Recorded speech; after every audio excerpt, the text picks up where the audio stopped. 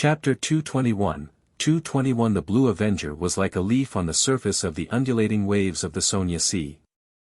At times, it was raised high and sometimes low from the ebbing of the waves, but there was no sign of it being at risk of capsizing. Alger Wilson stood in the captain cabin, his back to the shelves of red and white wine, as he subconsciously paced around. Finally, he gritted his teeth and returned to the mahogany desk with a grim expression. He removed the brass sextant, found a piece of paper and a pen, and leaned over to draw the complex, mysterious symbol given to him by the fool. With a seafarer's memory, Alger quickly completed the first step of the sacrificial ritual. Then, he opened the drawer and took out a candle. He set up the ritual according to the dualism principles and placed a candle above the symbol that was formed by the combination of the pupilless eye and the partial contorted lines. One candle was placed in the middle that represented the person making the sacrifice. After cleaning up all the items on the table, Alger condensed pure water in the palm of his hand and wiped the altar clean. He then used the silver dagger from the ceremony to create a sealing wall that surrounded his desk. After doing all this, he used his spirituality to light up the two candles and retreated a few steps under the dim light. Taking a deep breath, Alger lowered his head and recited in ancient Hermes, "The fool that doesn't belong to this era, you are the mysterious ruler above the grey fog, you are the king of yellow and black who wields good luck. Your devoted servant prays for your attention, I pray for you to take his offerings. I pray for you to open the gates to your kingdom." This ancient incantation reverberated within the wall of spirituality, stirring up spiraling gales as they swept forth with the force of nature. It was the oldest sacrificial language created by human beyonders, and it contained many mysteries itself. However, it lacked sufficient protection for the user. Bearing with the pain that was akin to having knives slicing across his skin, Alger took out a small dark brown glass bottle from his pocket, unscrewed the lid, and poured out a lot of sesame-shaped granules. These granules swirled with a metallic luster and exuded an indescribable sense of beauty. Alger scattered these granules into the wind. Whoosh! The gale grew stronger but was no longer tempestuous. It was dyed in two separate colors, silver and black. As they continued to collide and mix, the two differently colored winds were infused into the candle flame that symbolized the fool, burgeoning and tearing open an illusory ordinary-sized door. Its surface was carved with the same symbol that Alger had drawn. At this moment, Klein witnessed the appearance of the hazy door behind his high-backed chair. He could feel the spirituality in the air that was rippling apart and stimulating the mysterious space. It seems to be working. Klein suddenly had a premonition and immediately spread out his spirituality, infusing it with upheavals and stimulation. Creak. Amidst the insubstantial sounds, the blurry door slowly opened. In the captain cabin, Alger suddenly saw the illusory door, formed out of wind and light, open. Behind it was deep darkness formed from an innumerable number of almost invisible shadows. They were lustrous splendors encompassing massive amounts of knowledge. Situated above them was the thick grey fog with the ancient palace overlooking the real world. Such a scene caused Alger to involuntarily tremble. It was a deep fear, an indescribable excitement. He hurriedly picked up the rainbow salamander's pituitary gland that he had long prepared. He held it with both hands, and, with his head bowed, he raised the palm-sized object which was constantly changing in color and had a soft feel to the ridges to the illusory door. Alger's hands grew lighter under the sudden appearance and instant disappearance of a suction force. He lost the slight tingling sensation that the rainbow salamander's pituitary gland gave him. He didn't dare raise his head until he heard the deep voice of the fool echoing in his ears. "You did well." "It's my honor," Alger answered without any hesitation. He looked ahead again, only to see that the illusory door had disappeared. The gale had stopped, and the candle flames had returned to their original state. After the candles were extinguished according to the normal procedures, Alger sat down with a complicated expression and said to himself silently, "In the beginning, only people could be pulled into the world above the grey fog. After a while, responses could be made by listening to prayers. Now, sacrifices and bestowment can be performed. Mr. Fool is freeing himself from his predicament one step at a time, and bit by bit, will he enter the real world. This guess or conclusion frightened and worried Alger, but he also felt a bit of delight. At least I'm a member of the Tarot Club, one of the earliest members. He sighed. In the majestic palace above the grey fog, Klein was playing with the pituitary gland of the rainbow salamander. Various colors were reflected on his face as they constantly changed colors. A slight tingling sensation came from his palm, and a strong sense of accomplishment filled his heart, causing him to reveal a genuine smile. In the future, the Tarot Club will become even more miraculous. After reflecting over the situation, Klein extended his spirituality and sent his will to the crimson star representing Miss Justice. After returning to her bedroom, Audrey was no longer able to sit quietly on the edge of the bed. She would restlessly flip through the books by her bed and from time to time, scrutinize herself in the mirror with an unfocused gaze. She was looking forward to the completion of the Hanged Man's sacrificial ritual, but she was also afraid that the result would be a failure. Emperor Roselle had said that one must remain calm and collected when important matters arise. Audrey, come on, take a deep breath. Or perhaps I should go tease the dog. However, Susie can talk and think, so she's an entity with her own dignity. I can't just casually tease her. Audrey's mind wandered, her hand unconsciously wringing an ornate doll dressed in splendid clothing.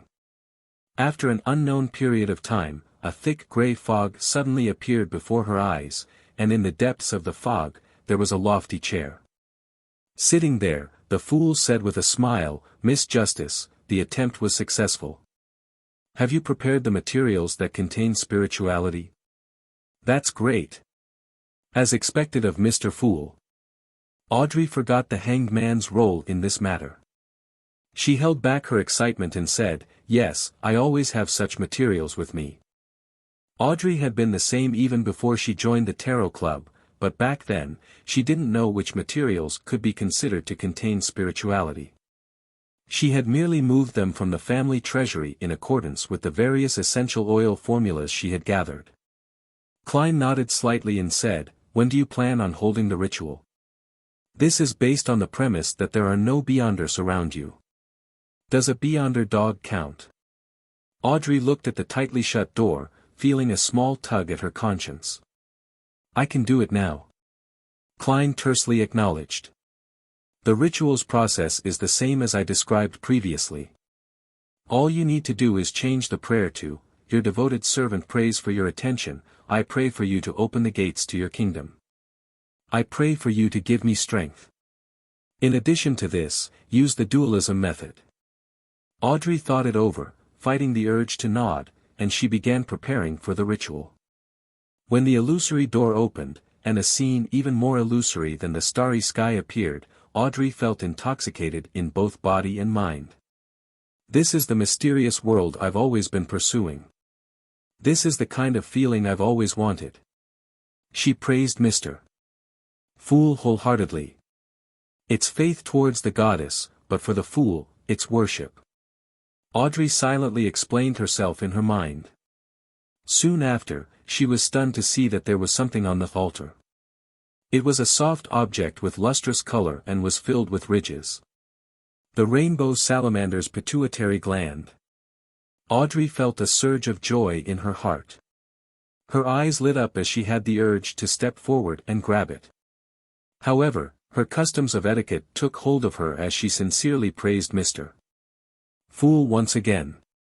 After finishing the ritual, she impatiently walked forward and carefully examined the Beyonder material 5 times. Our Tarot Club is at a higher level than all the other secret organizations.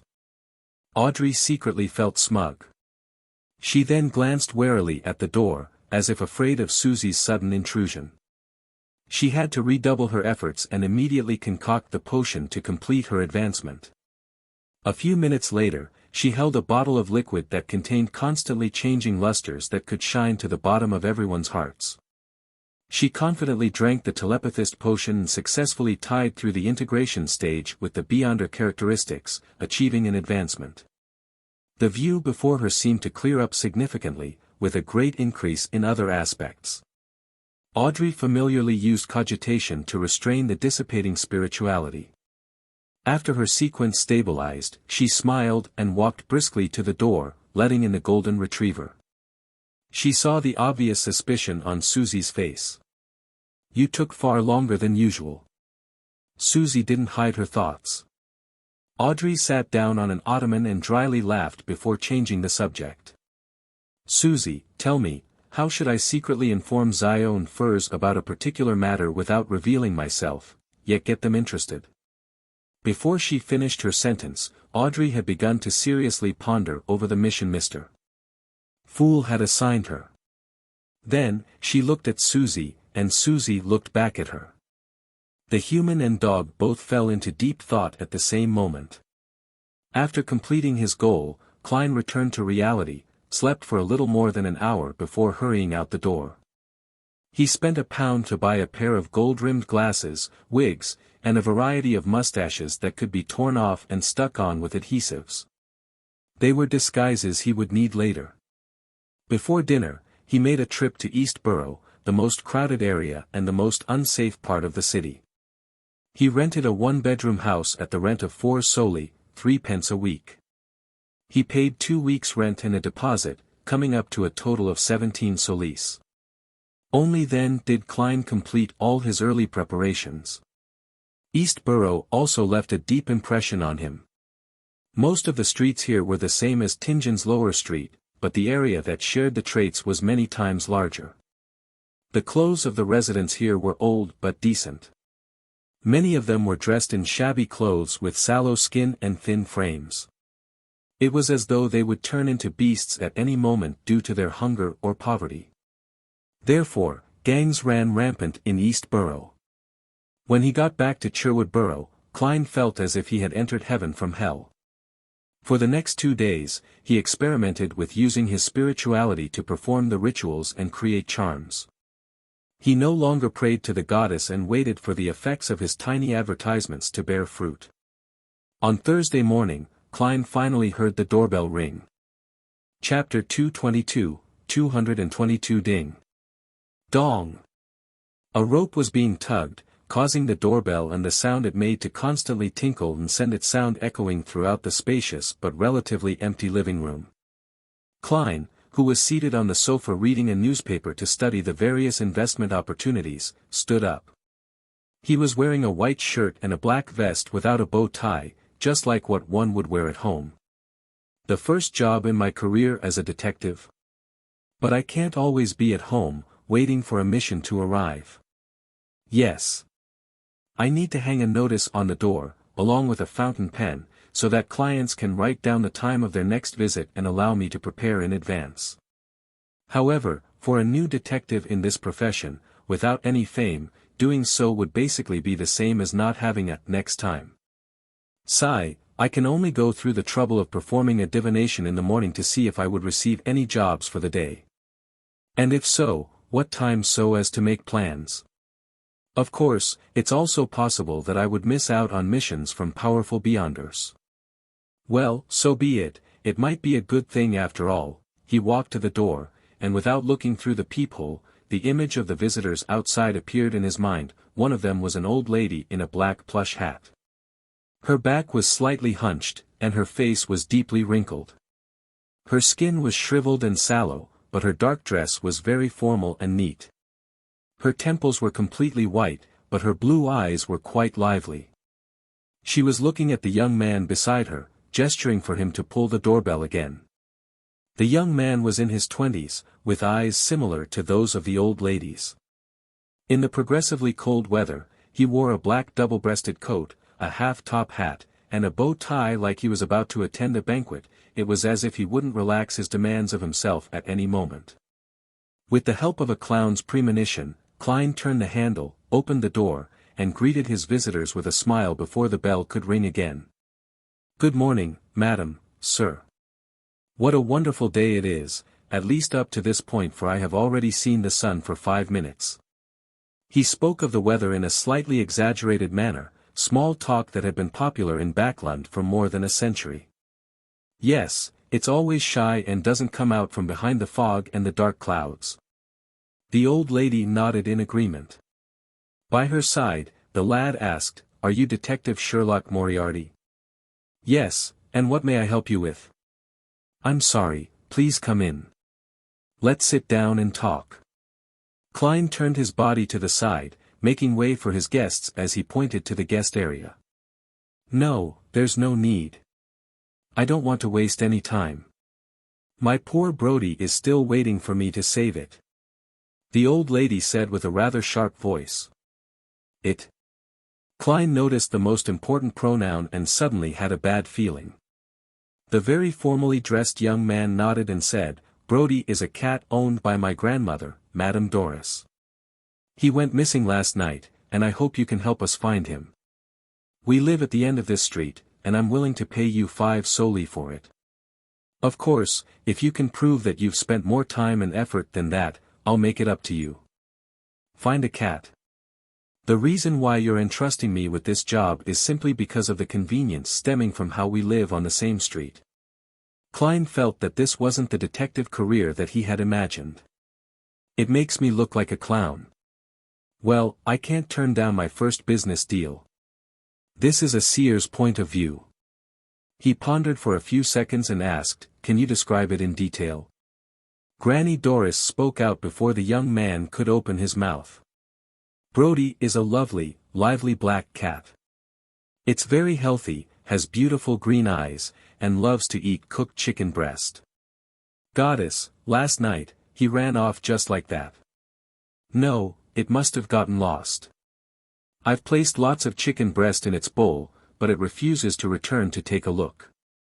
Klein's lips curved up and said, "I'm very satisfied with your description, Mrs. Doris. I accept this request. All right, let's go to your home now. I need to search for clues and find traces. You should be clear that the basis of my reasoning lies in the details." Mrs. Doris didn't consult her grandson as she nodded and said, "You're the most proactive detective I've ever seen. It's a deal." Klein put on his coat and hat, picked up his cane, and followed Madame Doris and her grandson out onto the street. Unlike Tingen, roads in many parts of Backland had been rebuilt with cement or asphalt. Even during a downpour, the roads were less muddy. While the old lady was leading the way, his grandson came close to Klein and said in a low voice, "I hope you'll do your best to find Brody. It's been one of the pillars of my grandmother's life ever since my grandfather and parents passed away. After Brody went missing, something went wrong with my grandmother's mind, so much so that she started hearing things. She keeps telling me that she hears poor Brody mewing miserably." Klein immediately nodded and said, "I'll do my best." "Right, I still haven't gotten your name." Jürgen Cooper, a senior solicitor," the young man replied. Soon, they reached 58, Minsk Street and entered the dark house. "This is Brody's bowl. This is his favorite box. He always sleeps here." Doris's wrinkled face was filled with worry and expectation. Klein squatted down and found several strands of black cat fur in the box. He straightened up and gripped his silver-inlaid cane with the hand that held the cat's fur. Klein's gaze turned deep as he pretended to observe his surroundings as he silently recited a divination sentence. His hand secretly slipped from the end of the cane but didn't leave it completely. It just made it difficult for Jürgen or Doris to notice that the cane was standing on its own. Soon after, the black silver-inlaid cane tilted to the side. It fell very slowly, with very little movement. Klein gripped the cane again, looked in that direction, and observed it for more than 10 seconds. Then, he strode over to an old cupboard. "Any signs of Brody running away?" Jürgen asked with concern. The old lady, Doris, was also waiting for an answer. Without answering, Klein kneeled and pulled open the door at the bottom of the cupboard. Meow. A black cat darted out, tail high, and ran for its bowl. "Brody. When did you get into the cupboard? How did you get locked in there?" Mrs. Doris cried, surprised and confused. Jürgen turned his head in surprise and looked at Klein. How did you know it was in the cupboard? Klein smiled, and replied in a deep voice, inference, my good man. After obtaining the 5 solely reward from Mrs. Doris and Jürgen, as well as their friendship, Klein returned to 15, Minsk Street under the gloomy weather. Before he even got close, he saw a figure loitering in front of his door. More business. When Klein looked over, he saw that the visitor was a boy of 15 or 16, dressed in an old coat and a round hat that didn't fit his age. It's him. Klein immediately recognized him as the boy he had met on the steam train the day he had arrived in Backland. Back then, he was being pursued, but his maturity and calmness at the time had left quite a deep impression on Klein. What would he want to entrust me with? As he wondered, Klein walked over and smiled. Excuse me, are you looking for me? The teenage boy was startled as he quickly turned around, his bright red eyes filled with unconcealable fear. He composed himself and asked hesitantly, are you Detective Sherlock Moriarty? Yes. Klein looked around and said, let's talk inside. All right. The teenage boy didn't refuse. Inside, Klein didn't take off his coat, but he did take off his hat and put his cane away. He led the teenage boy to the guest area, pointed at the long sofa and said, please, have a seat. How might I address you? What job do you have for me? You can call me Ian. The teenage boy surveyed his surroundings and fell silent for a few seconds.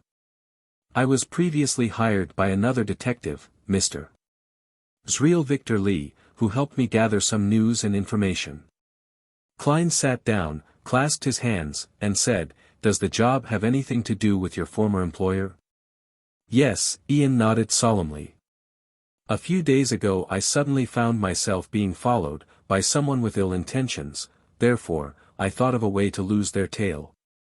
I believe you saw this scene yourself, Mr. Moriarty. I recognized you as the man who was sizing me up on the metro that day as soon as I saw you. This level of observational skills isn't any worse than a spectator's. Could it be that he was born with a special ability?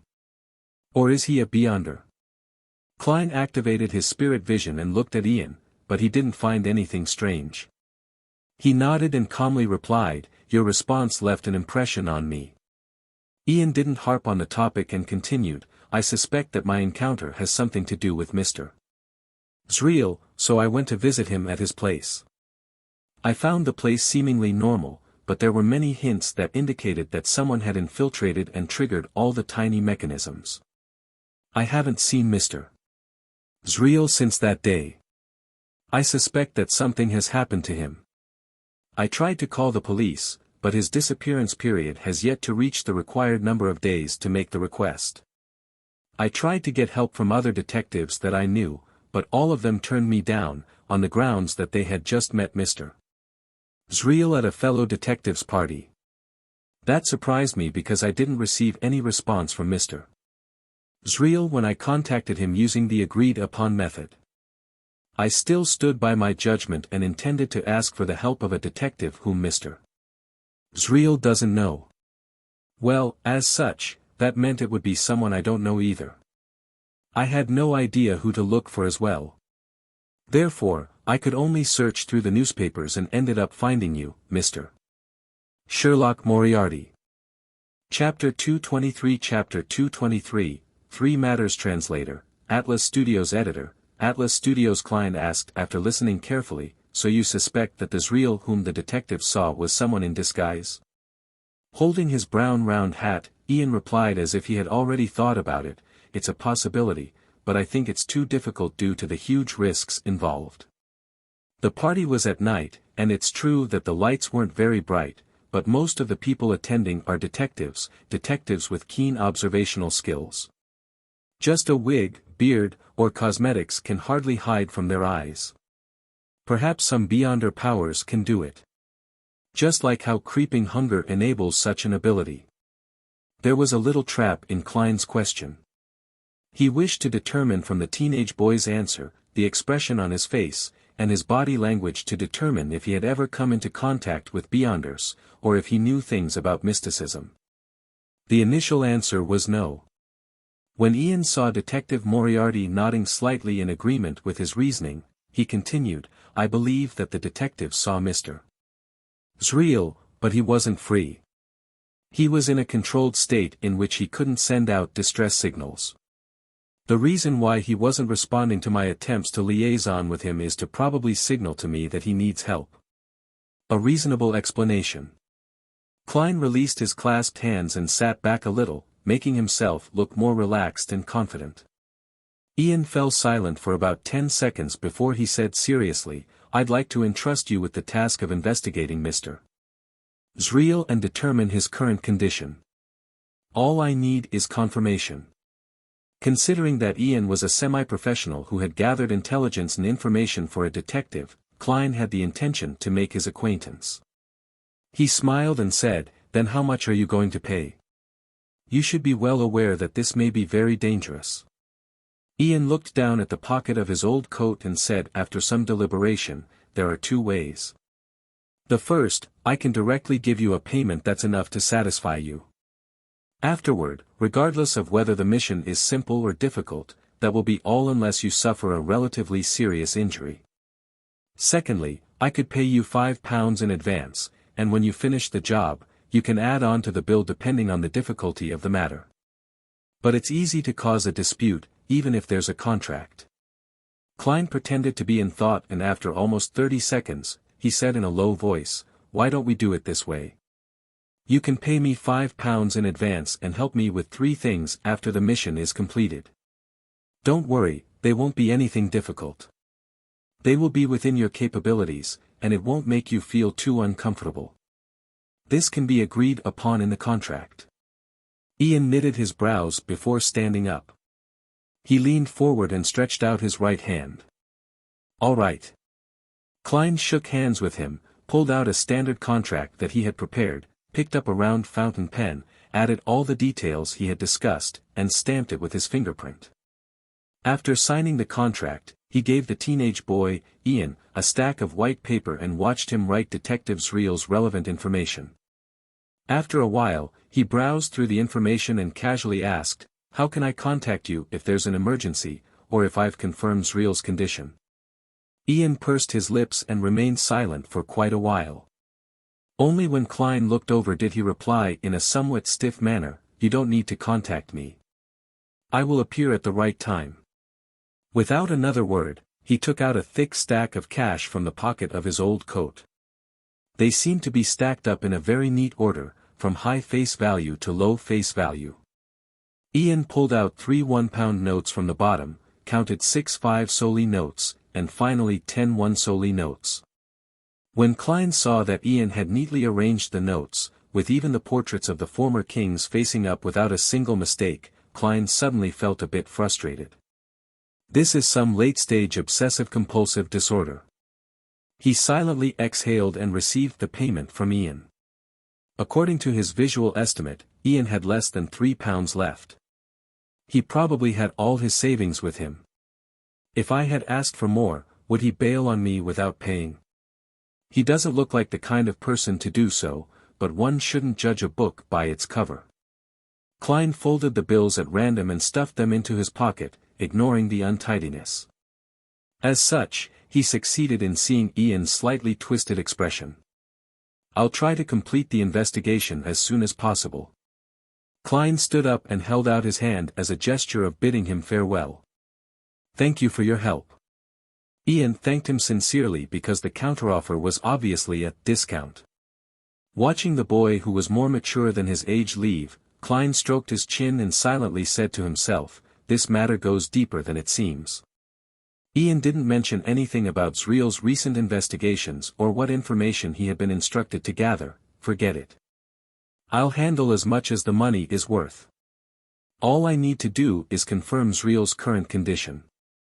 He turned around and walked back into the living room. While doing so, he fished a quarter-pence out of his trouser pocket.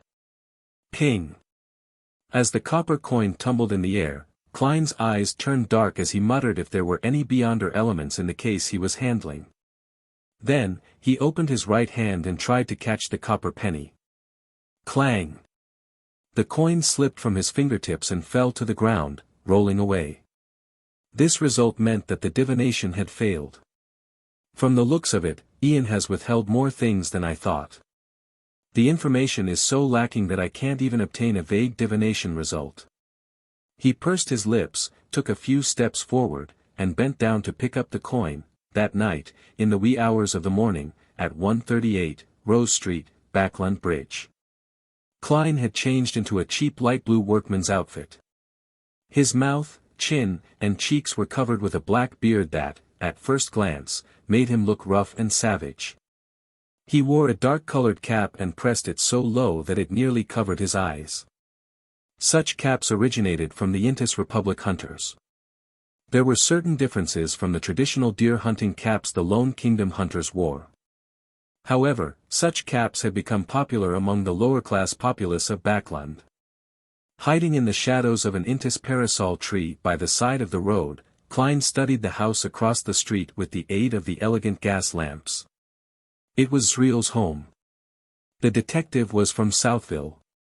His parents, relatives, and friends were all there, and he had come to Backland alone where he slowly forged a name for himself. He was still a bachelor and had only hired 2 temporary maids, the kind that came by every 3 days to clean up the place, without needing to provide them with food or lodging. At the moment, the terrace house he rented was pitch dark. Klein took off the silver chain inside his sleeve and let the topaz pendant hang down naturally. "There's danger inside. There's danger inside." After repeating it 7 times, he opened his eyes and saw the spirit pendulum spinning clockwise, but very slowly. "There's danger, but it's nothing serious," Klein muttered, and once again confirmed that he had his tarot cards, self-made charms, and holy night powder on him. After doing all this, he looked around, and taking advantage of the stillness of the night, he nimbly rushed across the street. There was no veranda, garden, or lawn as it directly faced the edge of the street. Klein went around to the side and easily climbed up the water pipe to the small balcony on the 2nd floor where clothes could be hung out to dry. Immediately following that, he took out a tarot card and slid it through the crack, opening the door to the corridor. Following Ian's drawing of the house's layout, Klein walked almost soundlessly to Zriel's bedroom. He lightly tapped his left molar and activated his spirit vision. Through the wooden door, he looked inside. Spirit vision could see aura colors through obstacles without spirituality. However, it was highly dependent on one's abilities. Currently, Klein was able to observe through wooden doors but was stumped by concrete walls. Furthermore, the scenes he could see weren't too clear. In his vision, he saw 3 humanoid auras in the bedroom behind the door. The colors were blurry and were located in different locations. There are 3 people lying in ambush. Is it to capture Ian, or someone else? The bedroom isn't that big. Klein stood in the darkness, calmly considering the results of his observations. At that moment, he suddenly retreated towards the balcony while keeping his footsteps very light. Back at the balcony, Klein took a thin silver slice from his pocket. This was a slumber charm that he had created in an attempt during the afternoon. He didn't pray to the Evernight goddess, but to himself instead. He held a ritual in the name of the fool that doesn't belong to this era, the mysterious ruler above the gray fog, the king of yellow and black who wields good luck, before entering the world above the gray fog to respond. Since this method was difficult to mobilize the power of the mysterious space above the gray fog, Klein could only use his own spirituality to respond. The charms that he made in the end were worse than normal, but better than the ones he made in his own name. After surveying his surroundings again, Klein covered his mouth and whispered a word in ancient Hermes. Crimson. Feeling the chill of the charm, he moved quickly but silently to the door of Zriel's bedroom again. As he held the handle, he injected spirituality into the thin silver slice. Creak. Klein carefully twisted the handle and opened a tiny crack in the door. Immediately after that, he threw the slumber charm inside. Pulling back his arm, Klein closed the door again and began counting. 321. He abruptly pushed open the door and rolled on the ground. Not sensing any movement from the three people, Klein stood up and, using the crimson moonlight shining through the window, began observing the room. It was a normal furnished bedroom with a bed, a row of closets, a desk, a set of sofas, and a coat rack. On the other side of the bed, a man in a black coat was sleeping soundly. In addition to that, there was one person by the side of the sofa and another in front of the closet. All of them were asleep. After confirming the trio's condition, Klein walked over to the bed and bent down to find a few short, yellowish-brown hair. According to what Ian had written, Detective Zrell was a man with short, yellowish-brown hair. This should be right, Klein whispered. He grabbed the few strands of hair and sat down on the sofa. He slowly sat in the darkness tainted by the crimson light and planned on using dream divination to find Zreel. Leaning back against the back of the sofa, the corner of his mouth curled up as he made a self-deprecating comment, "Deduction, my good man." Chapter 224. Chapter 224, Metaphysics-Style Detective Translator, Atlas Studios Editor, Atlas Studios. The dim room was covered in a thin veil of crimson moonlight, and everything was indistinct. The three men in the black coats were sleeping in different spots. And on the sofa, Klein's eyes half blended into the darkness by closing them. It was as if he had entered a deep slumber. His dream was a gray, distorted world, occasionally flashing with brilliance. Finally, the brilliance settled to form a scene. It was a gloomy corner, the ground sloshed with sewage. A man with short brown hair, a white shirt, and a brown vest was leaning against the wall, surrounded by a dense mischief of gray rats. Half of the man's lips had been bitten off, revealing his yellowish teeth and rotten gums. His nose was only stained with blood, mixed with some short hairs, and the flesh on his face had disappeared, piece by piece, revealing white bone. White, fat maggots were crawling around everywhere, constantly squirming, and his throat seemed to have been the victim of some wild beast. At least half of it was missing. Klein could just barely make out that this was real Victor Lee. It was nearly impossible to relate him to the mature and handsome man in the black and white photograph he had taken with Ian. Zreel is already dead. In a few days, he would probably be gnawed to the point where he would only be bone. He might not even have a complete skeleton left. Klein left the dream and recalled what he had just seen. His past experiences had allowed him to witness similar corpses more calmly. Looking out of the window at the crimson moon, Klein thought for more than 10 seconds and decided to try communicating with the soul of the man in black next to the sofa. During the last few days of preparations, he had concocted a bottle of Amantha extract and eye of the spirit medication. As for Serenity Agent, Klein had no need for it. He was personally capable of invading the dreams of others and forcefully communicating with their souls while maintaining calm and rationale. After setting up a simple altar and letting the quiet and tranquil fragrance waft out to create a half-dreaming state, Klein prayed to himself, "The fool that doesn't belong to this era." Following that, he entered the world above the gray fog and used more than 2/3 of his spirituality to give a response. When I advance to sequence 7, such prayers should also allow me to use a little of the power of the mysterious space above the gray fog, just like my summoning and bestowment rituals. Looking around, Klein made a rough judgment and quickly returned to the real world. He passed through what seemed like a starry sky and a chaotic storm of thoughts, entering the mental plane of the target. There, he saw the man's illusory figure floating in midair. "Who sent you to Zreel's home?" Klein looked at him and asked in a deep voice. The man replied in a daze, his illusory eyes vacant, "Massault. Massault sent me to wait for the boy named Ian." The light in his spiritual world changed, revealing a lean, capable-looking, dark-skinned man. He was none other than the leader of the group who was chasing Ian on the steam train. As expected, it's him. Klein, who had exhausted so much of his spirituality in responding to the prayer, was beginning to feel exhausted. He hurriedly asked, "Who ordered Massault?" "No idea. He's an executioner of ours Manger gang. No one can order him other than the boss," the man said, blankly. Smanger. The word warrior, in the language of the Highlanders. Klein, a pseudo-historian but a true mysticism scholar, suddenly felt a sharp pain in his head, and his body involuntarily flew out of the storm of thoughts. Not long afterwards, he exited the mediumship and felt his head throbbing. He was in no hurry to leave. He methodically packed up the materials and the short yellowish-brown hair before opening the oriel window to let in the cold night wind to disperse the smell of the amantha extract and of the spirit medication. While this happened, Klein returned to the balcony, locked the door from the inside, and wiped off all the places he had touched. When Zriel's bedroom returned to its original state, he then held his hand to his chest and bowed towards the three men who were still sleeping soundly. Straightening his back, Klein put on his gloves and leaped, nimbly flipping out of the oriel window. He stood firmly, tiptoeing in the abnormally tight space. He raised the open window's vertical latch and used a tarot card to hold its bottom. With his clown abilities, he took in the details and adjusted the balance.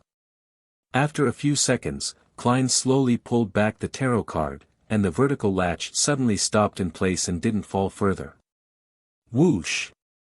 First, he closed the unlatched half of the window, then he jumped over to the window with a latch. His right hand jerked inward, closing the other half of the window. The speed of the action was so quick that the latch didn't fall down until there was a vibration, accurately inserting itself into the matching hole. Clang! A sound that was difficult to eliminate rang out, like a strong wind slamming onto the surface of the glass. Klein knew that the three men in the bedroom were about to awaken. Without further ado, he jumped onto the street.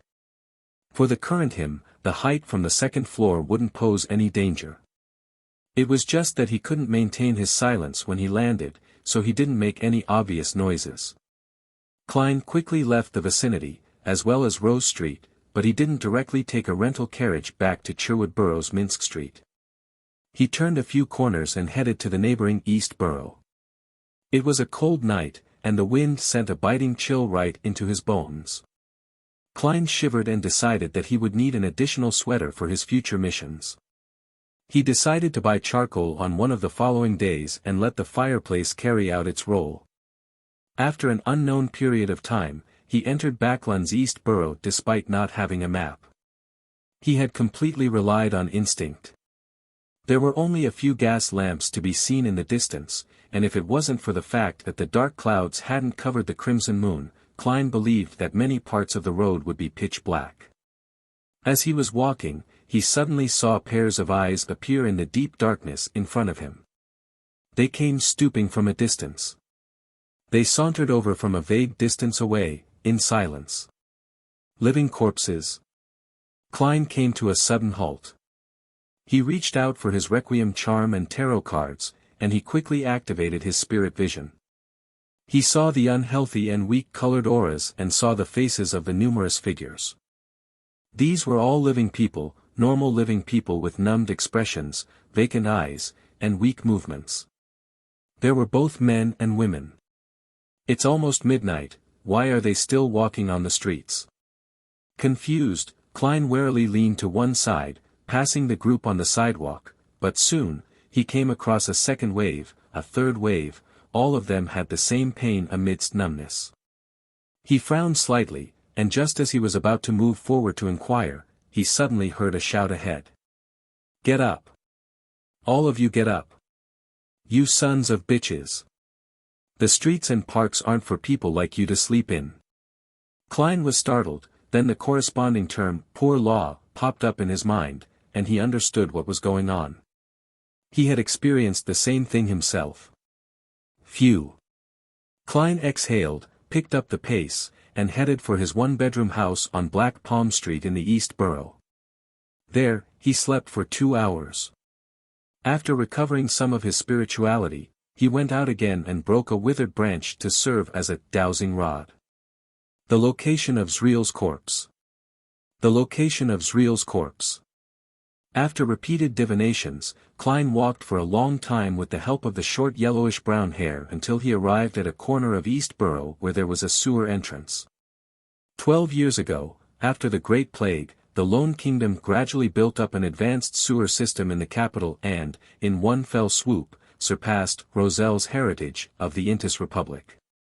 Moving the manhole cover out the way, Klein held his breath and climbed down the vertical metal stairs. Since his clothes weren't specially made, he was unable to bring too many items due of the lack of pockets. He hadn't brought Quelag's oil, which he had learned about from Fry. Klein felt especially regretful for not having brought the refreshing and odor-dispelling Quelag's oil. 10 seconds later, Klein's feet touched the sticky ground. The feeling of filth caused fine goosebumps to pop up over his arms and body. However, he could only endure it and continue walking forward, venturing deeper into the empty and quiet sewer. There was a fork in the road ahead, one which was relatively hidden. A thick pungent smell wafted over from there. Klein turned around and walked to the end where he saw a dense number of spirituality light dots and auricolors.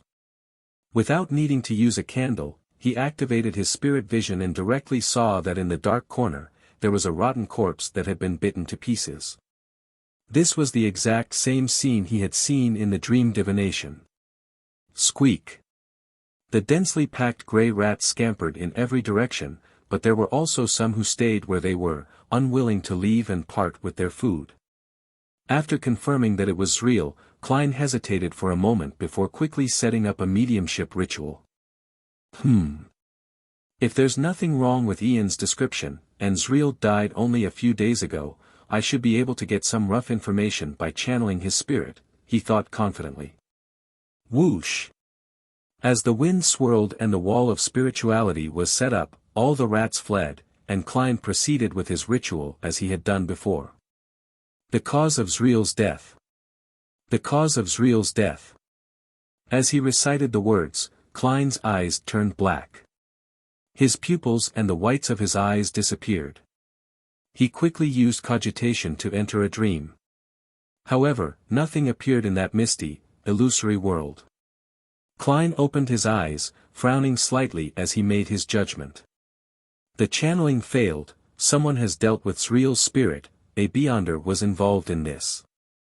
The fact that someone was able to disguise as Zriel, making the other detectives unable to see through him, also proves this point. After some deliberation, Klein came to a decision: it was to end this matter here and not get involved any further. Regardless, he had fulfilled the requirements of the job that he was entrusted with. "I'll get Ian to call the police," he muttered as he put away the materials and removed the wall of spirituality. Chapter 225. Klein backed up from the fork in the path, without touching Zriel's corpse. Thump! Thump! Thump! Suddenly, a sound echoed in the distance through the empty sewers. Klein listened for a few seconds before decisively retreating towards the exit, down the dirty concrete road that ran along both sides of the sewage channel. There was no need to take risks in matters that didn't involve him. Klein closed the iron manhole cover after he climbed out of the sewers. After ensuring that the surrounding area looked normal, he returned to his rented room in the East Borough and changed out of his disguise. Then, he put on his gold-rimmed glasses, walked to another street, took a rented carriage, and returned to Sherwood Borough in the silence and cold of 3 in the morning. However, he didn't return to Minsk Street. Then, Klein made another huge detour, and only after confirming that no one was following him, did he enter his house. He slept till dawn and was woken up by the doorbell. He sat up immediately, put on his shirt, buttoned his vest, and hurried down to the first floor to open the door. And even before that, his premonition ability as a clown was already capable of naturally forming the image of the visitor in his mind. The visitor was wearing an old coat, a brown round hat, and a tattered satchel. He had bright red eyes, a delicate face, and a quiet temperament. It was none other than Ian, the teenage boy who had come to entrust him with a job yesterday. "Good morning, Detective Moriarty," Ian greeted him and looked around. "Any progress?" "Yeah. I'm only asking because I happened to pass by." Klein nodded seriously and said, "Yes." Ian seemed shocked as he didn't say a word for quite a while. After a while, he stammered in surprise, "Have you determined Mr. Zreal's condition? Yes. Klein paused for a moment, then said seriously, I found Zreal's corpse. Corpse. Ian's pupils shrank as he repeated it in a low tone. He wasn't too surprised, as if he had already expected the worst possible outcome. Klein watched silently without interjecting. Sigh. Ian exhaled and warily surveyed his surroundings. Your efficiency is amazing. Can you take me to see Mr. Zreal's body? No problem. In fact, that's what I was planning to do. Klein then thought for a moment before saying, I hope you won't mention me when you call the police. Just say that you found the corpse yourself.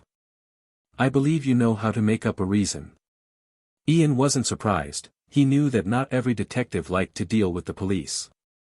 In fact, except for the very famous detectives, who often gave advice to the police with mutual cooperation, the rest were discriminated against, ostracized, and even extorted from.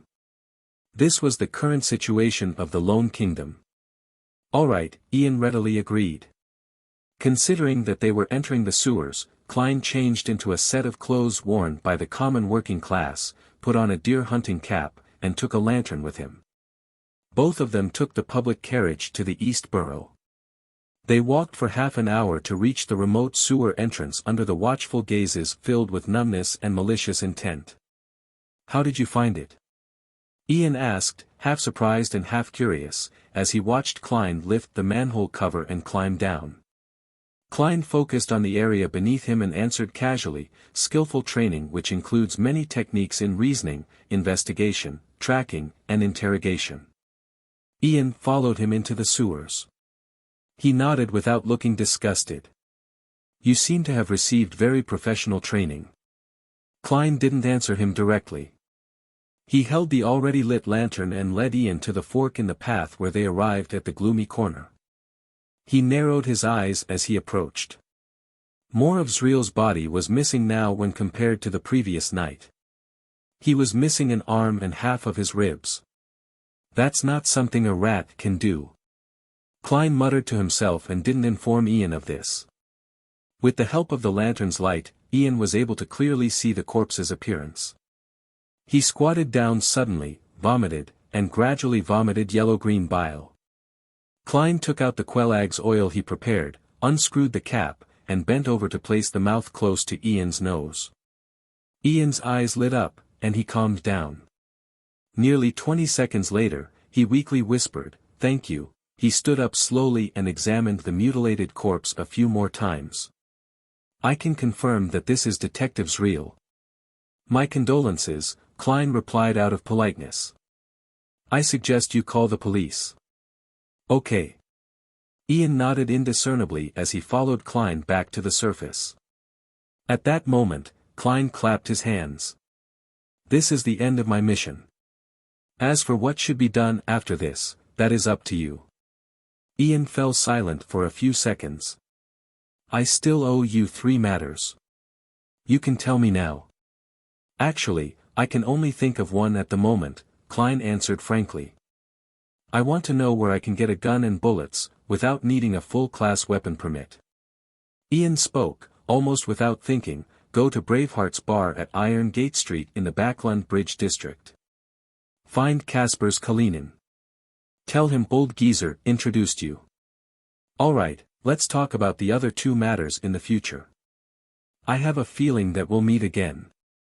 Klein deliberately nodded casually. Ian gave him a look but didn't say anything. The two split up and headed down different streets in the East Borough. The secluded spot, once again, regained its silence. After walking for a while, Klein suddenly turned around and retraced his steps. He then hid himself in a secluded corner, peeking at the entrance to the sewer. After waiting for 2 or 3 minutes, he saw Ian return silently as he looked around warily. Klein withdrew his gaze in a timely manner, leaned his back against the wall, and listened. He heard the scraping sound of the manhole cover being removed and heard someone climbing down. Carefully poking his head out, Klein discovered that Ian had re-entered the sewers. Was there a clue or something on Zreal's body? Indeed, this matter goes deeper than it seems. He nodded thoughtfully. Having satisfied his curiosity, Klein decided to leave for real and planned to seek out Casper's, 2 days later. At tea time, Viscount Glaint was in his home situated in Empress Borough.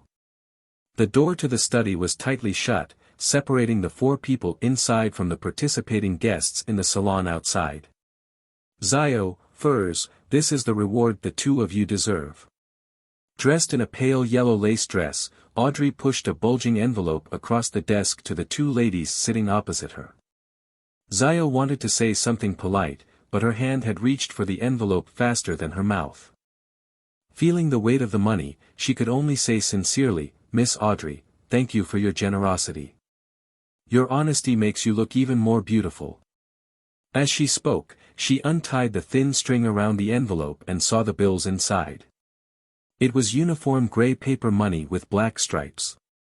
The stack was thick and exuded a special smell of ink, one that left one feeling refreshed. £10. Zio took one note out and checked its face value. Beside her, Furs, who appeared lazy and unbothered by money, had also leaned over. "This is at least." Observing the thickness, Zio tried to figure out how many notes there were. She couldn't help but exchange looks with Furs and saw the surprise in each other's eyes. This was obviously a lot more than they had imagined. Audrey smiled faintly and said, "A total of £800. Decide how you will split the money between the 2 of you. I'm very sorry that this matter had placed you in danger." £800. No, there's no need to apologize. Even if we had to do it again and knew of the possible consequences, I would still accept the request. Even if it's divided evenly, with my savings, it's enough to buy the potion formula for Sheriff. Zio, who was slightly taller than 150 centimeters, stared blankly at the notes in the envelope, wishing she could pull them all out and count them over and over again. She believed that the generous and beautiful Miss Audrey wouldn't pay them any less, but what if she had made a mistake counting? Everyone makes mistakes at times. Zio raised her right hand, paused for a few seconds, then silently lowered it. The corners of Furz's lips couldn't help but rise as she said wistfully, "This is even more than the royalties I've received for my Stormwind Mountain Villa, so far. Should I praise Miss Audrey or laugh at the poverty of an author?" She added silently. Viscount Glaint, who was sitting on the sofa, was also a little envious, but it wasn't directed at Zio or Furs. As a viscount with a fairly good financial situation, £800 wasn't a large sum. What he envied was Audrey's ability to hand out money without feeling the slightest burden. Ahem. Viscount Glaint cleared his throat. "If you can get the formula for apothecary, I will also provide you with substantial payment." "We'll do our best," Zio answered without any hesitation. Then, she looked at Audrey. "We've recently come into contact with someone who's suspected to be from the Psychology Alchemists, and will soon have clues regarding the Spectator potion you're looking for. Zio, I'm already at Sequence 8, far stronger than you." Audrey smiled in a reserved manner as she said, "I'm looking forward to it." With that said, the 4 began chatting about various rumors among the Beyonder circles while following Audrey's example of finding books they wished to read. Suddenly, Zio's eyes lit up as she saw 2 hardcover books. History of the Lone Kingdom's Aristocracy, and Study of the Coat of Arms. Meanwhile, Furs also found books that interested her. Geography and People of the Faesac Empire, and Traveling the Northern Continent. Honorable Viscount Glaint, may I borrow these 2 books? I'll return them soon. Zio looked pleadingly at the owner of the study. Glaint nodded without much care. "No problem." At his response, Furs hurriedly made a request as well and similarly obtained his approval. The corners of Audrey's mouth curved into a faint smile as she witnessed all of this. She looked modestly to the side, pretending to be looking for a book. As a qualified spectator who had just advanced, she had accurately grasped Zio's and Furz's preferences in certain domains after being in contact with them multiple times. Thus, she had made arrangements in advance without anyone realizing it. Letting the one being guided feel like it was done out of their own will was a manifestation of the powers of a spectator. In the evening, Zio was curled up on the sofa in front of the fireplace, reading history of the Lone Kingdom's aristocracy under the gas lamp's illumination. Furs had gone for a gathering meant for authors. After reading for quite a while, Zio suddenly felt something strange about the hardback cover, so she carefully examined it and found an interlayer where an ancient piece of paper was hidden inside. The front side of the paper was covered with the special symbols created by Emperor Roselle, and on the back was a paragraph written in ancient Hermes. Viscount Glaine's ancestors deciphered some of Emperor Roselle's special symbols. Zio was suddenly excited. She struggled to decipher the ancient Hermes as she muttered silently, "The fool that doesn't belong to this era. The mysterious ruler above the grey fog. The king of yellow and black who wields good luck." Chapter 226, 226 Sherwood Borough. 15, Minsk Street. A satiated Klein sat in a reclining chair in the living room, beside a fireplace burning with charcoal. In a warm environment akin to summer, Klein wore a white shirt, a black vest, and thin trousers, while having a newspaper spread open in front of him as he flipped through the section with the most ads. A new type of transportation vehicle is in urgent need for investments. Details to be discussed in person. Klein read the advertisement twice before picking up a pencil from a small, dark red table to his side and circled the message. If there were no commissions tomorrow or the day after, he planned on seeing if this so-called new type of transportation vehicle had any investment value. Such matters were impossible to divine since there was a lack of sufficient information. "I hope it's a product similar to a bicycle," Klein mumbled to himself before suddenly hearing an illusory prayer echo in his ears. "Who is it? Miss Justice? Mr. Hanged Man? The Sun? Or some clerk at the Backlund Bank is copying my passcode?" Thoughts flashed through Klein's mind as he put down the newspaper, returned to his bedroom, and locked the door behind him. Taking 4 steps counterclockwise, he entered the world above the grey fog. He saw that to the side of the fool's seat and by the edge of the ancient model bronze table was a clear and bright brilliance that emitted waves of radiance. The experienced Klein calmly sat down and emanated his spirituality, touching the light ripples of light in response to the prayer. The scene in front of his eyes suddenly changed. It was a blurry sofa with a petite woman in a knight's trainee uniform curled up on it. "She's not copying my passcode. She's reading a piece of paper." Klein suddenly realized the reason for this. "She should be one of the 2 Beyonders that Miss Justice mentioned that requires my vetting." After nearly 20 seconds of silence, Klein didn't give any form of formal response. He planned on taking the next step deep at night. He would then test her reaction, attitude, and way of handling things to test her personality and abilities. Of course, he would absolutely not force others to join the tarot club. The fool that doesn't belong to this era. Zio, who had just finished chanting the ancient Hermes sentence, froze for a few seconds. Then, she suddenly straightened her back and sat up straight. This seems to be the honorary name of a hidden existence. She realized this in horror. Furthermore, her knowledge in mysticism and the various rumors she had heard told her that once someone recited the full honorary name of a hidden existence, it would often attract the attention of said existence. The consequences of such attention was mostly misfortune or could even be described as tragic. Quite a few of those hidden beings were the incarnations of the evil gods and devils. Furthermore, I recited it in ancient Hermes, completely unprotected. I'm so dumb. Why did I focus so much effort in identifying the sentence and actually read it in my head?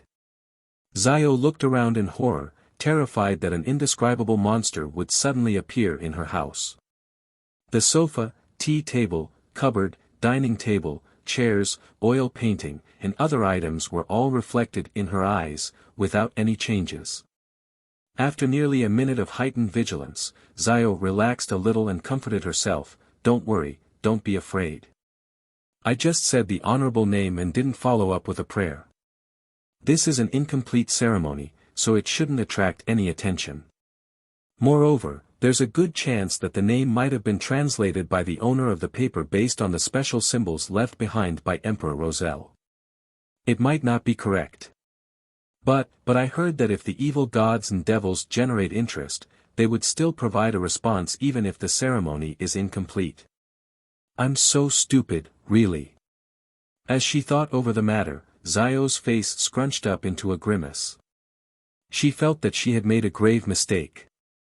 After waiting for a few more minutes, she slowly exhaled as she puffed out her cheeks when she realized that there was no obvious response. She stuffed the piece of paper back into the History of the Lone Kingdom's Aristocracy, as she entered the bathroom with a heavy heart. She turned on the faucet and tried to use the cold water to clear her head. Splash! As nearly transparent water flowed down, Xiao hunched her back and reached out her palms to cup some water. Just as she was about to dab the cold water onto her face, she spotted a long, slightly curly brown hair in the mirror through the corner of her eye. As for her, she had shoulder-length, unkempt yellow hair. Suddenly, Xiao's hair stood on end. She stomped on the ground and, with a push of her hands, she shot backwards, turning her body halfway around and slamming the entity with her elbow. Pow!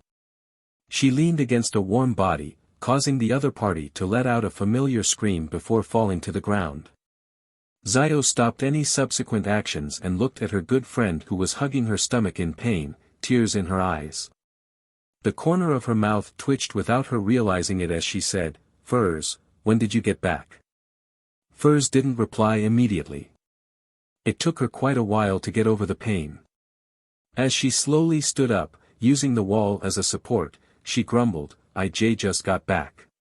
"Xiao, are you nuts? Why did you attack me without even looking clearly? And you hit me so hard. Where did you come in from?" Xiao asked awkwardly. "Through the bathroom window." "Why? Is there a problem?" "As an apprentice, it's normal to not bring a key with me," Furs replied matter-of-factly. Xiao straightened her back and pushed away all responsibility. "Then why didn't you go through the door? You really gave me a fright just now." Furs blinked her eyes and said, "If that's the case, I'll have to make one big round. That's too troublesome, I'm used to walking in a straight line." She paused as she asked suspiciously, "However, wasn't your reaction a bit too much?" Xiao struggled for 3 seconds, choosing between losing her dignity or losing her life, before answering honestly, "It's because I made a mistake, a fatal mistake." "What mistake?" Furs asked, rubbing her belly as she felt puzzled and concerned.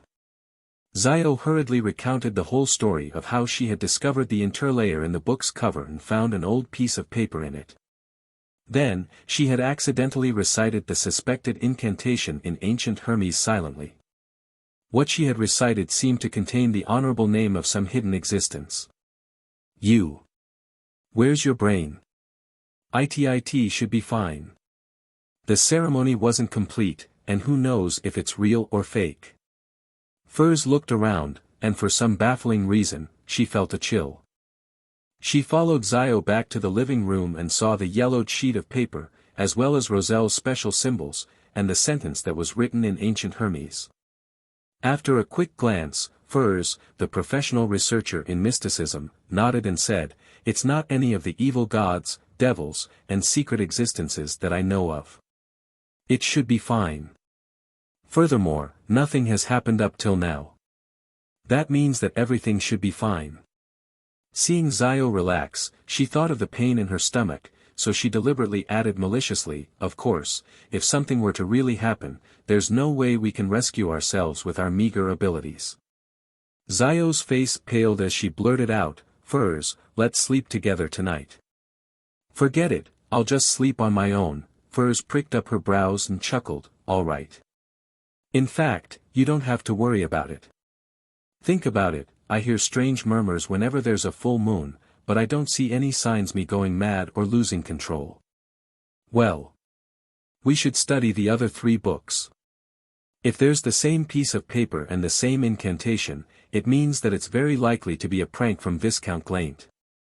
The duo hurriedly flipped through Study of the Coat of Arms and the other books and checked them carefully, but they didn't find anything else out of the ordinary. Zio looked at Furs, who looked back at her, turning the mood somber again. Should we sneak into St. Samuel Cathedral's nave tonight? Zio came up with an inspired suggestion. That was the headquarters of the Church of the Evernight Goddess in the Backlund Diocese. Why not St. Hireland Cathedral? I don't think the Evernight Goddess will protect me. Furs subconsciously replied. That was the headquarters of the Church of the God of Steam and Machinery, which was located in St. George Borough, adjacent to many huge factories in the southeast. The two ladies with different faiths fell silent again, and after a while, Furs sighed and said, and that would make us end up being targeted by the Nighthawks or the machinery hive mind. That might be the goal of that hidden existence. Alright, go to sleep. We'll know the answer tomorrow morning. If nothing happens by then, it means that it'll really be okay. In the middle of the night, the waxing crimson moon was obscured by clouds, and the stars were barely visible in the sky above Backlund. Klein instinctively woke up, lifted his blanket, got off the bed, and entered the world above the grey fog. He sat down on the high back chair that belonged to the fool. He planned on responding to Miss Justice's companion and proceed with the examination process. At that moment, he suddenly had a new idea. Perhaps he could try and see if he could pull her into the world above the grey fog under the present circumstances. The young lady must have fallen asleep, and even if I succeed, she would probably treat it as a dream that appears clearer than usual. If I succeed, I can sever the connection in a timely manner to prevent her from seeing her surroundings clearly. After repeatedly deliberating over the matter, Klein stretched out his hand and tapped at the rippling ring of light to form a connection with it. Suddenly, Klein felt his spirituality surge out in an unstoppable manner, causing the mysterious space above the grey fog to tremble slightly. Just when Klein thought that his spirituality would be completely drained, everything calmed down. A blurry, distorted figure appeared at the edge of the long bronze table. In her reverie, Zio opened her eyes sleepily and saw the endless fog, the ancient high-back chair, and a dark figure watching her. Klein was overjoyed and immediately severed the connection according to his plan. The hazy, petite figure disappeared, but within the grayish-white mist, a crimson, illusory star appeared. Klein looked at this scene and confirmed one thing. As long as someone chanted his name, he would be able to pull that person into the world above the grey fog. The crimson star was a symbol of a stable connection. However, there are certain limitations. With my current strength, at most, I can establish another connection. Based on my previous experiences, my current spirituality can only pull in beyonders who are a sequence higher than me, and it won't necessarily be a success. It's just a preliminary judgment, so it shouldn't be a problem if it's someone at the same sequence as me or lower. Klein thought, feeling satisfied. There was no need for him to respond. His attempt was already enough. Zio sat up in her sleep. She had been worrying about the potential dangers of chanting an honorary name the entire time. Not long after she fell asleep, she dreamed of a mysterious space, and a grey foggy figure looking down on her from above. The dream was so clear that Zio felt afraid. She looked at the sleeping Furs beside her and thought with a tremble, is it a nightmare caused by fear, or is it because of the attention I garnered from some hidden existence, resulting in being haunted by evil spirits? Yes. There's going to be a gathering of Beyonders tomorrow night. In addition to buying the formula, I need to find a person who is good at exorcising evil spirits to purify myself. Chapter 227. Sitting at his own dining table on a foggy morning, Klein broke up his specially bought wheat bread and soaked it in milk, improving the way he ate it. Although his body had changed a long time ago, his pursuit and obsession with delicacies were engraved into his soul. He was completely unable to adapt to the Lone Kingdom's monotonous and repetitive style of breakfast. He could only try his best at experimenting. He tried not to limit himself to toast, bread, bacon, sausages, and butter. He tried hard to expand the boundaries and improve the way he ate. For example, his recipes had new additions such as pork-filled pastries from the south, Potter noodles, and roasted corn pastries. Caviar from the Fasak Empire isn't bad either, but it's too expensive. It's only suitable for formal meals. Klein scooped up a small piece of wheat bread he had softened and put it in his mouth.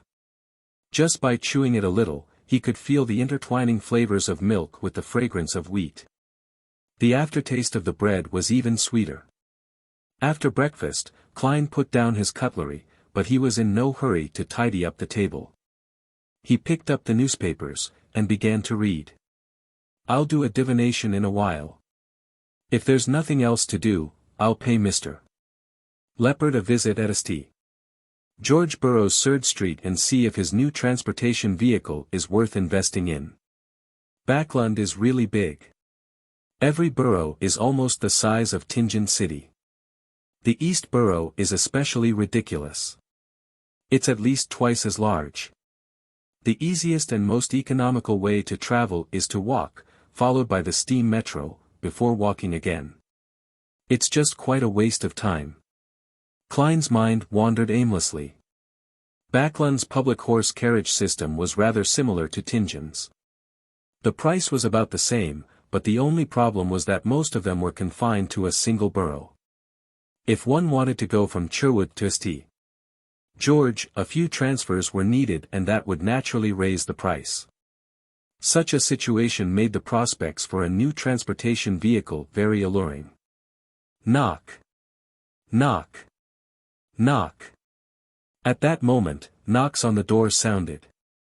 It was as loud as the pounding of a hammer. "Who is it? Don't they know how to ring the doorbell?"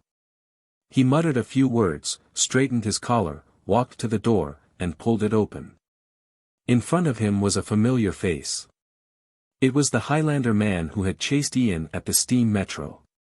His skin was dark, his eye sockets recessed, and he was lean and hearty man. According to Klein's mediumship results, the man's name was Massault, an executioner of the Zmanger gang who was almost equal to the boss. "Excuse me, who are you looking for? Do you have a commission to entrust with me?" Klein deliberately acted somewhat confused. Massault was wearing a black coat and a pompous silk hat, but he didn't look anything like a gentleman at all. He coldly sized Klein up, then he asked in Lone, with a thick Highlander accent, "Are you Detective Sherlock Moriarty?" "Yes," Klein replied short and sweet. Massault nodded his head stiffly. "I want to hire you to find someone. We can talk about the exact situation inside." Klein prevented himself from acting odd in any way. Massault shook his head coldly. "There's no need." After saying that, his eyes suddenly became sharp. "The person I'm looking for is called Ian. Ian Wright. He has a pair of bright red eyes, maybe 15 or 16. He likes to wear a brown, old coat and a round hat of the same color. I believe you know him." Klein let out a soft chuckle. "I don't know what you're talking about." Massault seemed to ignore Klein's denial. "He's a thief who has stolen an important item from me. If you can find him, you'll be paid at least £10. You've provided too few clues." Klein made up an excuse, £30. Massault made a new offer. Klein glanced at him and said, "No, this is against my principle of confidentiality, £50, Massault replied coldly. "I'm sorry, I cannot accept the mission." Klein was startled for 2 seconds, but in the end, he still chose to reject the request. Massault studied him slowly for a few seconds as his eyes slowly turned cold and fierce. He didn't offer a new price, nor did he politely bid farewell. He turned around abruptly and walked quickly to the end of the street. "This gang has pretty good intelligence. They actually know that Ian had come to me once." Klein secretly sighed, full of emotion, but he didn't feel too much anxiety or fear. "After all, I'm someone who once directly faced the son of an evil god, although it was separated by a belly." As he thought about it, his smile suddenly became brilliant. He began flipping a coin to decide whether or not he was going out today. The answer was positive. St. George Borough, Surd Street. Having transferred from a tracked public carriage to the steam metro, before transferring to a trackless carriage, Klein finally arrived at his destination, spending a total of 11 pence. Just after he alighted the carriage, he discovered that a drizzle had already started, but he hadn't brought an umbrella. According to the newspapers and magazines, this is a daily occurrence in Backland. The reason why hats are popular is that ladies and gentlemen don't carry umbrellas all the time. Klein pressed down on his half-top hat and briskly ran outside Unit 9 and used the eaves to shield himself from the rain. He brushed off the obvious water droplets from his body and rang the doorbell. However, he didn't hear any cuckoo sounds or tinkling sounds. Is the doorbell broken? Klein was just about to raise his hand to knock when he suddenly saw footsteps approaching from afar. The image of the person naturally appeared in his mind. It was a tall, thin man with black hair and blue eyes. He was in his 30s and was dressed in grayish-blue worker attire, but he appeared gentle and refined. Creak. The door opened. The gentleman rubbed his forehead and asked, "May I know who you are looking for? Is there something?" Klein took off his hat and bowed slightly. "I'm here to find Mr. Leopard. I'm interested in his new transportation vehicle." The gentleman's eyes suddenly lit up. "I'm Leopard. Come in, please." He turned to the side and allowed Klein entry. However, there was no coat rack in the foyer. Klein could only lean his cane and not take off his coat. He followed Leopard into the living room. It had to be said that the gentleman's house was very messy. On the coffee table in the living room alone were many mechanical objects, such as wrenches, bearings and screwdrivers. "How much do you wish to invest?" "Ah, right. Would you like some coffee or black tea?" It seems I'm out of black tea." Leopard blurted out. This gentleman is a bit straightforward, and doesn't seem to be very good at interpersonal relationships. A thought flashed through Klein's mind, and he changed the words he planned on saying. He went straight to the point, "I've to see your new transportation vehicle before I make a decision. I can't make any promises without understanding anything." As he spoke, he looked around and saw a triangular sacred emblem hanging on the wall. That was the symbol of the god of steam and machinery. The solid triangle was filled with symbols such as steam, gears, and levers. Leopard wasn't irritated by Klein's straightforwardness. He immediately said, "I'll show you." As soon as he said that, he slapped his head. "I almost forgot, we have to sign a non-disclosure agreement to ensure that you don't steal my invention. Mr. Leopard, you don't have a very good memory either." Klein smiled and said, "That wouldn't be an issue." After signing the simple contract, Leopard led Klein into a room that seemed like an activity room. He had knocked through the neighboring guest room and basement, making it much wider and spacious. The ground was littered with components, and a rough object, that was half the height of a man, that resembled a carriage stood in the center. In addition to that, the line of the doorbell was connected there and was cleverly constructed. As long as someone pulled the rope, a steel ball would pop out from the mechanism, allowing it to roll along a special track before colliding with the object in the center to produce a clanging sound. The sound certainly wasn't too loud, but it was enough to rouse Leopard, who was engrossed in machinery. "Is that the new form of transportation you invented?" Klein pointed to the crude object in the middle of the room. "Yes, I invented it based on Emperor Rosel's imagination," he replied with a fervent look in his eyes. "Emperor Rosel's imagination?" Klein asked in surprise. Leopard explained in a tone of adoration, "Emperor Rosel left behind a number of manuscripts in which he drew his vision of the machines of the future. He was an outstanding genius, no, a master. Many things have already been turned into reality. This manuscript is kept in the Church of the God of Steam and Machinery. There's no way for non-pious believers to borrow them. Emperor, are you still leaving no stones unturned for others? Klein's mouth twitched, almost unable to maintain his smile. Describe it in detail. He changed the subject. Leopard led Klein to the crude metallic object and opened the door. This is a transportation tool that doesn't need a horse. The driver sits in the front left seat, continuously stepping on the pedals. Through the levers and a chain connects to the four wheels, allowing the vehicle to roll forward. And on the wheels, I used inflated rubber which can make the journey smooth. So it's a human-powered car. Klein couldn't help but lampoon. He said with some deliberation, with such a huge carriage, and at least 4 passengers, it would be impossible to travel that far just by relying on human strength alone. That's exactly my next goal, to reduce the weight and expand the lever a few times. However, my financial situation isn't at its best. I can't fund any more attempts. Leopard looked hopefully at Klein. Why not consider other methods? Such as using steam as the driving force? Klein slowly organized his words. Leopard shook his head. There have been people who have invented that, but it has a very huge body, making it difficult to drive it along many streets. That was exactly what Klein was waiting for. Then, why don't you just do something simpler? For example, have only 2 wheels with only one person without an outer shell. You mean something like a bicycle? Leopard asked in thought.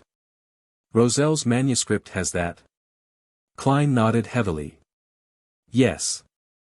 Those bicycles which other people have invented aren't very practical. Simplifying this, seems like it might work. It will really seem different. But, who would buy it? Leopard said to himself. Klein didn't hesitate to provide him with a direction. The postman, the working class who have a bit of savings, the businessman who doesn't need to look respectable while hoping to save money. There are many of them in Backlund. Leopard thought for a moment, then nodded slightly. I can try, but I don't have the money for spare parts. I'll invest 100 gold pounds. In addition to my suggestion just now, I'll take a total of. Klein hesitated to say 10% of the shares. 15% was better. After all, £100 was, strictly speaking, not much. You can have 35% of the shares. But that's only limited to the bicycle concept you described. Leopard spoke out first, afraid that Klein would make an unreasonable request. Deal. Klein immediately laughed. We'll first draw up a simple contract and settle this matter. Afterwards, I'll find a lawyer to make a formal contract and add some detailed terms. For example, if there's anyone else who wants to invest, they must first get my consent. No problem, Leopard replied impatiently. All he wanted was to buy his spare parts as soon as possible. In the gloominess brought about by the drizzle, Klein returned to Sherwood Burrows Minsk Street. He entered the house and went straight to the bathroom on the first floor and resolved the problem of his bloated stomach. Splash. As the water echoed, Klein bent down to wash his hands. At that moment, an image appeared in his mind. The mirror in front of the sink reflected his lowered head, dim surroundings, and a pair of eyes to his side. A pair of eyes. Chapter 228. Almost instinctively, Klein bent his knees and rolled sideways toward the bathroom door. So. A small black feathered arrow stabbed into the wash basin. The arrow seemed to be made of bone and suffused a blue luster. It was extremely beautiful. If Klein had hesitated in any way, he definitely wouldn't have been able to escape this sudden attack. After rolling for a moment, Klein reached into his pocket and attempted to pull out a few tarot cards. But at that moment, he felt a gust of wind engulf him. Through the corner of his eyes, he saw a black figure quickly closing in on him at high speeds. It appeared in front of him in an extraordinary pose, as he tightened his foot and kicked out from bottom to top. Realizing that he couldn't avoid the attack, Klein quickly gave up on his previous intentions and used his elbow to block the attack. With a bang, he felt his entire left arm go numb, and his body was yanked over, just like in the sport squash, that the middle class loved to play the most, or like a soccer ball that was now popular among the lower class. What immense strength! Klein's heart tightened. Without being flustered, he adjusted his body in midair and changed his posture, barely maintaining his balance as if he was performing acrobatics. Pa! Pa! Pa! At this moment, a tree-bark-colored blowpipe had just landed on the floor of the bathroom and bounced behind the door, at a declining speed. Just as Klein was about to stretch out his body to firmly stand and face the follow-up attack, a scene suddenly flashed in his mind. The speed of the enemy in black far exceeded his expectations, arriving even faster than he had expected. He lowered his body and swung his arm, striking him in the chest. In the blink of an eye, Klein's body bent over, spinning half a circle more, like a small ball that kept falling and kept being thrown around. Pow! He stretched out his hand and pressed it to the ground, opening his legs like scissors while keeping his head low. It made black-clothed man's fist miss as it tore through empty space. The fist that was originally aimed at his chest could only hit his legs after Klein turned his body, but his legs were opened wide. Pushing up, his legs closed in together, allowing Klein to leap nimbly to the side as he finally managed to stand up straight. Pow! Before he had the chance to observe his enemy, the black figure had already arrived in front of him, bringing with it a strong gust of wind. What a fast reaction! Klein quickly lifted his arms up in front of him to block. With a dull thud, he felt as if he had collided with a black bear. Failing to withstand the immense force, he could only stagger backward, his arms almost turning numb in the process. At the same time, Klein finally recognized his attacker. He had dark skin, a lean and hardy build with recessed eye sockets. He was none other than the executioner of the Zmanger gang, Massault, the person who had come to see Detective Moriarty in the morning. Pa! Pa! Pa! With a fierce glint in his eyes, Massault closely pursued after him as he flung both of his arms, delivering left hooks or right punches in a barrage of attacks at Klein. The gap between Klein's strength and that of his opponent was obvious. He was unable to face him head-on, and he had to rely on his agility and premonitory senses to barely avoid the combo of punches. No. I have to make full use of my advantages. With a similar thought, Klein stopped engaging in melee combat. He lowered his body and rolled to the side. Crack!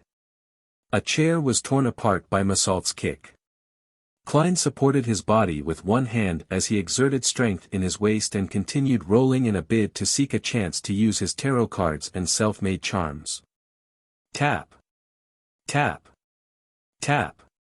Massault caught up quickly and kicked out his legs, one after another, that was in no way slower than his opponent.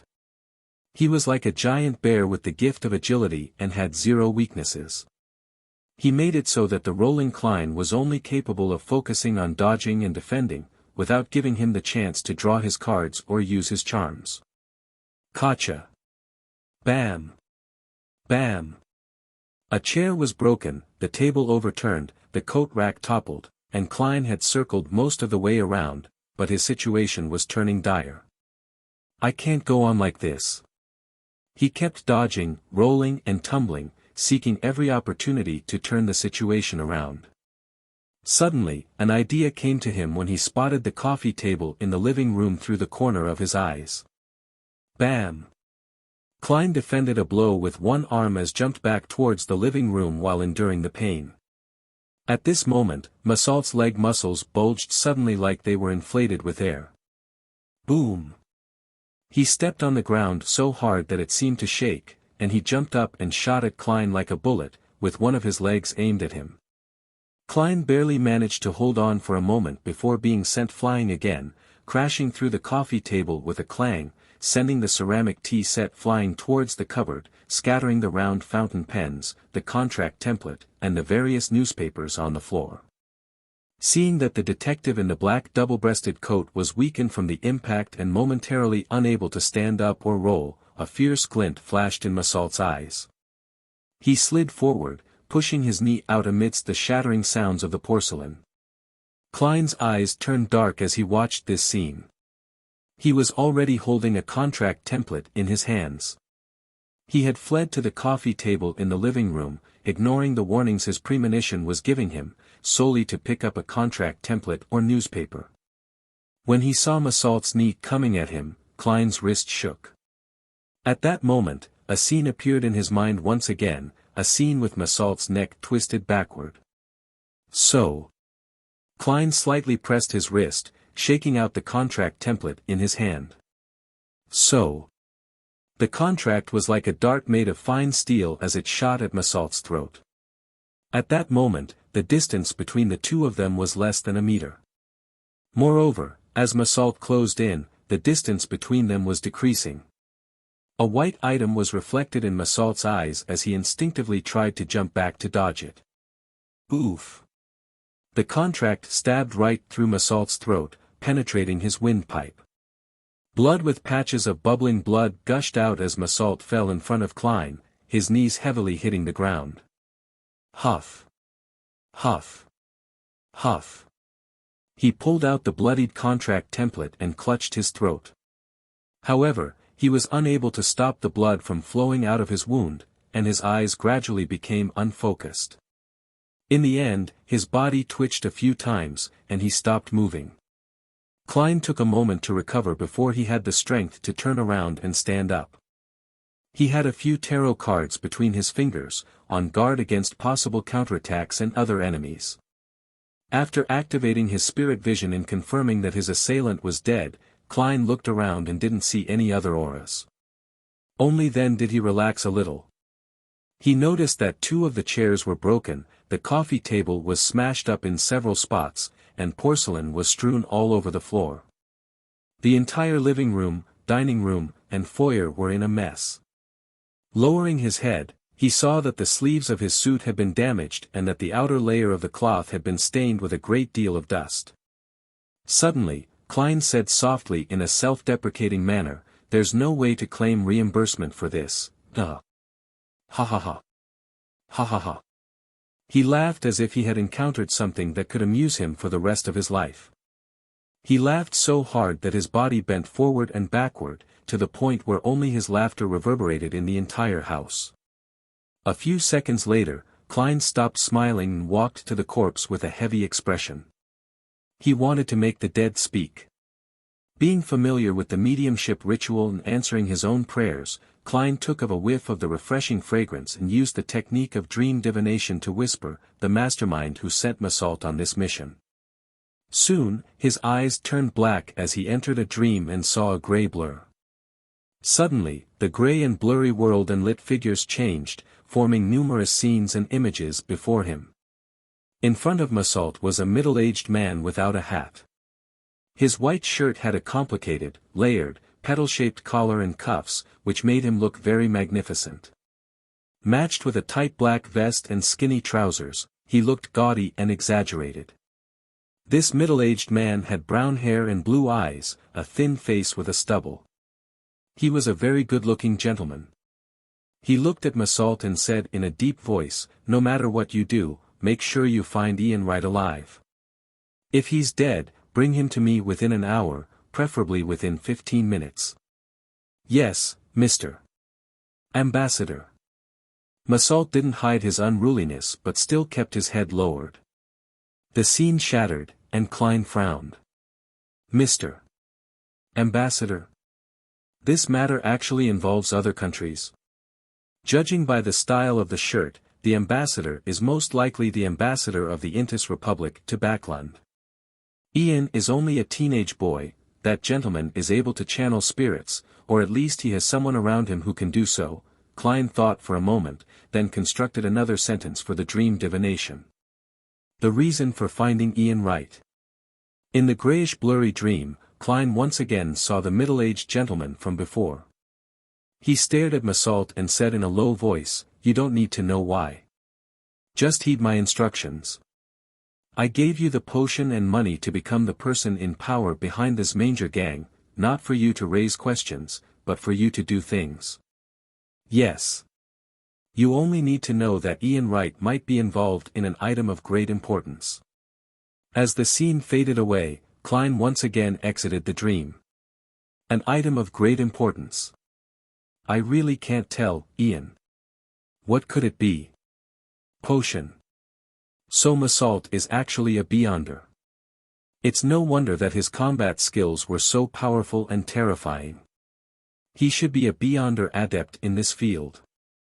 As these thoughts crossed his mind, Klein felt exhausted. It seemed that responding to his own request had consumed too much of his spirituality. If he wanted to have his mediumship standards restored to what it was previously, he estimated that it would only happen when he was a Sequence 7. After ending the ritual and dispelling the wall of spirituality, Klein looked at Massault's corpse and carefully observed it for a long time. Finally, he saw specks of spiritual radiance converging at the wound on his opponent's throat, slowly congealing into a piece. Carefully grabbing it, Klein pulled out a dark red object that looked like jelly from Earth. Is this the Beyonder characteristic left behind by Massault? I wonder what kind of sequence potion it is. That's easy to determine. I'll get the answer by doing a divination above the gray fog.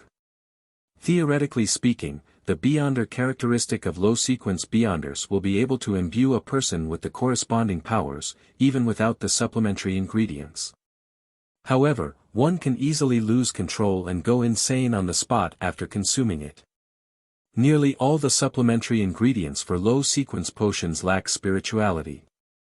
Klein's thoughts ran wild before he finally forced himself to focus. A corpse was now in front of him. It gave him a headache thinking about what he should do next. Chapter 229. Massault's body lay there, his eyes wide open, as if he still had a murderous look in them. The wound that had severed half his throat was originally thin, but with the condensation of the Beyonder characteristic, it had expanded by quite a bit and became much more mangled. At the same time, the phenomenon of incontinence after death made his lower body reek of a stench. Klein held on to the crimson jelly-like object, feeling troubled about what he should do next. He had three general choices. The first was to clean up the scene, deal with his wounds, and to report it to the police in the name of legitimate self-defense. The second was to wait deep into night, throw the corpse into some sewer, and pretend that nothing had happened. The third was to immediately give up his current identity, flee to another borough, and change his name again. The problem with the first option was that Klein was still an illegal resident with skeletons in his closet. Reporting it to the police could easily lead to discovering a problem with his identity. As for the second option, other than being constantly worried that the corpse would be found and that the police would come knocking on his door, there was another hidden danger. When the ambassador behind Massault confirms the disappearance or death of his subordinate, he would definitely send someone else to 15, Minsk Street again. When that happens, Klein would be facing perhaps a Sequence 7 and/or Sequence 6 enemy. He was facing a faction that might very well be a country, a powerful country. The third option seemed to be the wisest and safest option that allowed him to avoid all the risks, but there was also a downside, and that was that the portrait of Klein was likely to be posted, making him wanted. Furthermore, it would be a portrait of his undisguised self which Mrs. Sammer next door, his neighbor lawyer Jürgen, and others would describe. Once the wanted notice was published in the corresponding newspapers, even if it was limited to the greater Backland area, Klein would very likely be recognized by Daly and the other Nighthawks. That would make the problem become even more troublesome. As this matter involved in Zangwell and sealed artifact 0-08, it was highly likely that he would be pursued by an expert at the level of a high-ranking deacon. Of course, the third option had a separate branch which was, of course, to hide the body and dump the evidence into the sewers, and then try to escape. However, there was also the risk of becoming wanted when the ambassador couldn't find Klein.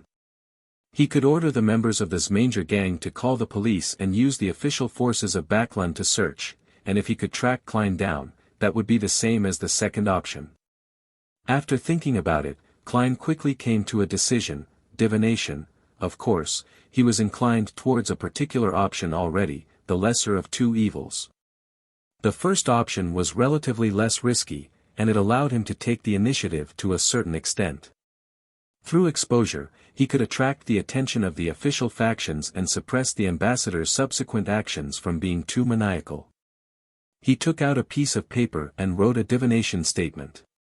After that, Klein took out a spirit pendulum from his left wrist, causing the topaz pendant to naturally hang down over the surface of the paper. I should make a police report. I should make a police report. After he finished his silent incantation, he saw the spirit pendulum rotating clockwise with weak amplitudes and a relatively high frequency. This indicated a positive response. After divining the other two choices in turn and obtaining a negative answer from both of them, Klein no longer hesitated and began to deal with the scene. He put on a pair of black gloves and began to search the corpse. He found a sharp dagger, a small stack of cash, a pack of cigarettes, a lighter, and some miscellaneous items. Klein put the rest of the items back in place, took off his gloves, held the dagger in his hand, and stabbed it into Massault's throat wound, destroying its original shape. Then, he wore his gloves and let Massault grab the dagger. After doing all of this, Klein gathered together the Massault's Beyonder characteristic, the self-made charms, the tarot cards, the blood-stained contract, the paper on which the divination was written, and the various materials he carried around with him, and put them in a paper bag. Then, he summoned himself in a ritual and transformed into a special spirit. Carrying Azek's copper whistle, he felt himself become stronger and more corporeal. Klein picked up the paper bag, ended the summoning, and returned to the world above the grey fog. He placed the items from reality behind the fool's high-backed chair for the time being, leaving Azek's copper whistle as well. Then he relaxed himself as he stimulated the sensation of descending rapidly and re-entered his own body. The reason why Klein didn't burn the blood-stained contract and the piece of paper on which he had written the divination statement was because he was afraid that after the report was sent to the police, the matter would be transferred to a special department, and a powerful Beyonder would engage in divination pertaining to the situation. However, with the grey fog's interference, even if the eternal blazing sun were to personally descend, he wouldn't be able to obtain a productive answer. This was also the reason why Klein placed his weekly review and summary above the grey fog after his spirituality was greatly enhanced after advancing to Sequence 8. Right now, he couldn't afford to take on more suspicion and deeper investigations. After removing the wall of spirituality, the wind that suddenly stirred blew away the remaining smell of the ritualistic materials. The items related to the domain of mysticism and Beyonders that were left behind on Klein's body and in the entire house were the candles that were silently burning in front of him. But this time, he chose ordinary candles. Since he was praying and summoning himself, there was no need to be so meticulous. And in a family, having candles was a very normal thing that matched the era, even if he was the only bachelor in the family. After extinguishing the candles and returning them to their original spot, Klein took out his golden pocket watch, snapped it open, and estimated the number of minutes since Massault's death and added the minimum amount of time it would take for the police to send people to investigate and report back. He wanted to ensure that even if a Beyonder came to investigate, an hour would have passed since Massault's death. In mysticism and in the domain of spirit channeling, this was an important time point. Beyond it, the information available was very limited and vague. For example, one could discover, through mediumship, that the person who killed Massault was Sherlock Moriarty, however, they couldn't get the specifics of the death. As for whether or not his opponents could divine if Beyonders were involved, Klein wasn't worried at all, because the main factors involved, the bloodied template contract, were above the grey fog. Even his premonition and combat abilities would also be obscured as the opponent's divination would definitely point towards the mysterious space above the grey fog, and would certainly suffer from interference. Fortunately, I'm also a professional. It feels like I've really become Moriarty. Klein re-examined the scene, making sure that there were no problems, and began to walk with his eyes fixed on his pocket watch. After the estimated time, he put on his gold-rimmed glasses and waited for a few minutes before he opened the door and went out. The sky in Backlund had already gone dark, and the gas lamps on the street lit up the rain. As a middle-class neighborhood, Minsk Street was often patrolled by the police. Klein waited for a while, then spotted the target and went up to meet them. They were two low-ranking constables with only one chevron on their paulette. They held guns, batons, and were holding up an umbrella while looking around. "Officers! A criminal attacked me!" Klein shouted with great skill. His unkempt appearance made the two constables place importance on the matter. They each took out their batons and looked warily to the side. "Where's the criminal?" the round-faced, brown-eyed cop asked in a deep voice. Klein pointed to his house. "He sneaked into my home and tried to kill me. In the fight, I accidentally stabbed him to death." "Stabbed him to death?" The two constables exchanged looks and looked at Klein with scrutiny. "Take us there." "All right." Klein acted like he had just survived a disaster as he led the two officers to 15, Minsk Street, took out his key, and opened the door. The two police constables first saw the chaotic scene before noticing the corpse laying on the ground. They noticed the hideous wound on the deceased's throat, and noticed a bloody dagger. "Watch the scene, I'll return to the station and report it to the inspector," another constable said to his round-faced, brown-eyed colleague. "All right." The round-faced, brown-eyed constable cast his gaze on at Klein, his face and body language revealing his wariness and caution. After a while, a sergeant dressed in black and white checkered uniform with 3 chevrons on his epaulette arrived with the constable from before and 2 other subordinates. The constables investigated the scene, and while searching for clues, the sergeant with a short brownish-yellow beard under his chin brought Klein to the side and began asking some preliminary questions. "Name?" "Sherlock Moriarty. This is my rental receipt for half a year." Klein had long prepared all of this. The sergeant gave him a casual look and continued asking, "What's your occupation?" "Private detective," answered Klein frankly. The sergeant frowned and said, "Do you know the deceased? Do you know why he attacked you?" "I know him. His name is Massault, and he's the executioner of this Manger gang." Klein didn't wait for the sergeant to ask any further questions as he continued, "I had previously accepted a job from Ian Wright, who asked me to investigate his former employer, Detectives Real Victor Lee. This matter happened to be related to this Manger gang and Massault. I tailed him and found out that he was secretly meeting a gentleman who appeared to be of significant standing. Massault addressed him as Mr. Ambassador." After saying that, Klein was unsurprised to see the sergeant's expression change. "Ambassador. Do you know his name?" the sergeant asked in a deep voice. "I don't know, but if I saw his picture, I'd definitely recognize him," Klein told the truth. "This morning, Massault came to me and asked me to seek Ian Wright. On the basis of my professional ethics as a private detective, I refused him, and when I got home in the evening, I was attacked and almost killed by him. Thankfully, I'm still quite skilled at combat and was sufficiently quick to react." The sergeant thought for a moment and asked for details of the fight. Klein recounted the fight from beginning to end nearly in its entirety, changing his premonition to a reaction, then changing the contract template he had thrown in the fight into a dagger that Massault had dropped. "Yeah. Follow us back to the police station and wait for the autopsy results, the results of the on-site investigation, and inquiries from the relevant parties involved." The sergeant's thoughts wasn't on the case anymore, clearly acting rather perfunctory. Right now, he only had one thought in his mind: this was an important case involving foreign ambassadors.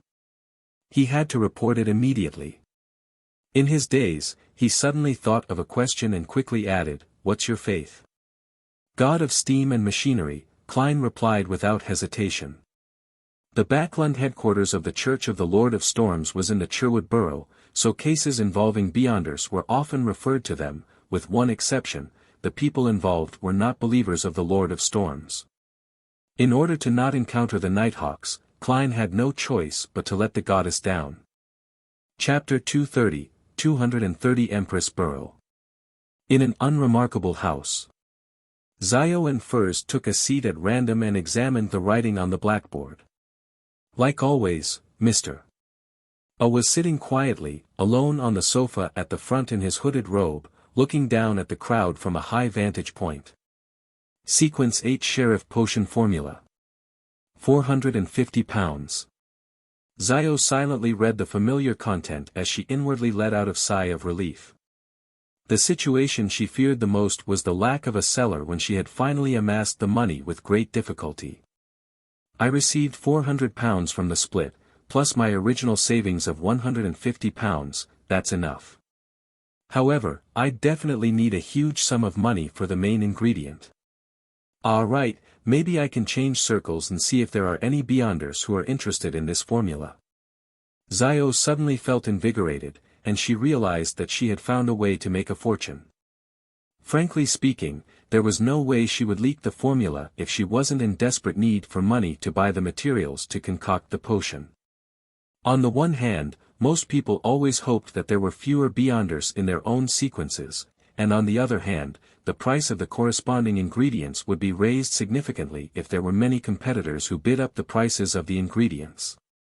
It was the same with the subsequent potions. After some serious thought, Zio slowly became nervous again, because it was normal for a recipe to be placed on sale for a long time without being sold. Moreover, the arbiter pathway belonged to the royal family and the military. All aspects were strictly controlled, and the leaked ones came from a small number of destitute nobles. There were hardly any complete formulas for the low to mid sequences. Often, only one or two of them were complete and compounded with the knowledge that the main ingredients were controlled and difficult to obtain. Beyonders who chose this sequence were rather rare. Zio had been in some mysticism circles in Backland for a long period of time, but she hadn't found an arbiter apart from herself. On the one hand, the others might have concealed it well, but on the other hand, that might also explain the problems faced in this sequence pathway. Phew, but compared to Furs, I'm lucky enough. She hasn't encountered any of the subsequent recipes for apprentice all this time. Zio saw Mr. A's attendant approaching and wrote a note saying that she was purchasing the sheriff's recipe. Before long, she was led to the study on the first floor. Before entering, she took a hooded robe from the attendant and covered herself with it. The seller in the study was dressed in the same way, so they couldn't see each other's faces clearly. This is the formula to the sheriff potion. Where's my money? The seller asked with a hoarse voice as he pressed a piece of paper on the desk. Zio pulled out the cash that she had long counted numerous times and pushed it to the seller. After checking the authenticity of the notes and the total sum, the seller finally released the potion formula he held. Zio immediately took one step forward and grabbed the note. Her eyes swept straight to the main ingredients as they were of great importance. A pair of terror demon worm's eyes. Silver war bear's right palm. Beyonder items I know of, but I've never seen them being sold. Zio sighed and walked out of the study and took off her robe. Back in the living room, she sat beside Furs. Having fulfilled her wish, she slowly began to worry about the unknown honorary name and the evil spirit that might be haunting her. 10, no, 20, no, 30 to request for someone skilled in exorcism to do a purification ritual for me. Zio made up her mind, and after exchanging a few whispered words with Furs, she beckoned for Mr. A's attendant.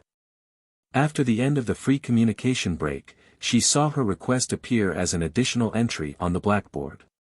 Suspected haunting of evil spirits. Requesting the help of friends who specialize in exorcism. 30 pounds. After a while, Mr. A's attendant came to the two of them and quietly invited them to the living room on the first floor. There was a man wearing a white mask inside. He looked at the two people who were wearing loose robes that concealed their genders and chuckled. Let me introduce myself first, so that you won't doubt my ability. No, we trust Mr. A. Zio, with her hood over her face, said before Furs could open her mouth. She deliberately suppressed her voice to prevent her childish voice from revealing her identity. The man with the white mask spread his hands and laughed. This is my habit, I am a believer of the sun. As you know, this is not common in Backland, or in the entire kingdom. It is only through moments like this that I can live as my true self. Due to the great conflict between the Church of the Eternal Blazing Sun and the Church of the Lord of Storms, the former had never been able to obtain the right to proselytize in the Lone Kingdom. A believer of the sun? Furza's languid look instantly vanished. This is the first time I'm seeing a living believer of the sun. It's not like I can meet diplomats of higher standing. Then, should I feel honored? The man in the white mask spread his arms wide and held them up in a gesture of praise for the sun. Instead of answering his question, Furz smiled and said, in terms of exorcism and purification, the attendant of the sun is a professional.